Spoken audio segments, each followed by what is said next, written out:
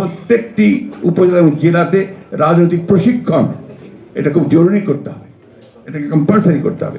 কিভাবে বক্তব্য হবে, একটা সভা কিভাবে চলে, আপনার যিনি উপস্থাপনা করবেন কিভাবে উপস্থাপন করবেন, অ্যাড্রেস কিভাবে করবেন, এই জিনিসগুলো কিন্তু খুব বেশি প্রয়োজন বলে আমার কাছে মনে হয়।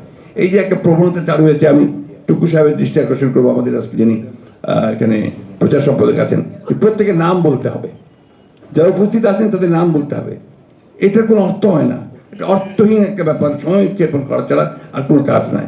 তা এই জিনিসগুলো আমার মনে হয় একটু চিন্তা ভাবনা করে আমাদের এখান থেকে বেরিয়ে আসা দরকার, এবং সত্যিকার অর্থে একটা রাজনৈতিক দল তৈরি করা দরকার, পলিটিক্যাল পার্টি তৈরি করা দরকার। এখানে অনেকগুলো ভালো কথা আছে, আমাদের একটা বড় কথা আপনাদেরকে আমি গতকাল চ্যানেল সাহেব বলেছেন, আমি আবারও বলছি, আমাদের কিন্তু এখন সত্যিকার অর্থেই একটা আদর্শ রাজনৈতিক দলে পরিণত হবে।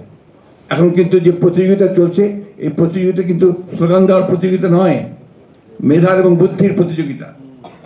সোশ্যাল মিডিয়াতে কে কত ভালো লিখতে পারেন, কথা বলতে পারেন, তার প্রতিযোগিতা। টক শোতে কে কত ভালো কথা বলতে পারেন, কত যুক্তি খণ্ডন করতে পারেন, তার প্রতিযোগিতা। এই বিষয়গুলো মাথার মধ্যে রাখতে হবে। আমরা শুধুমাত্র স্লোগান দিয়ে কিন্তু আমরা এই সামনের বা আরো সামনের সে যুদ্ধ জয় করতে পারবো না।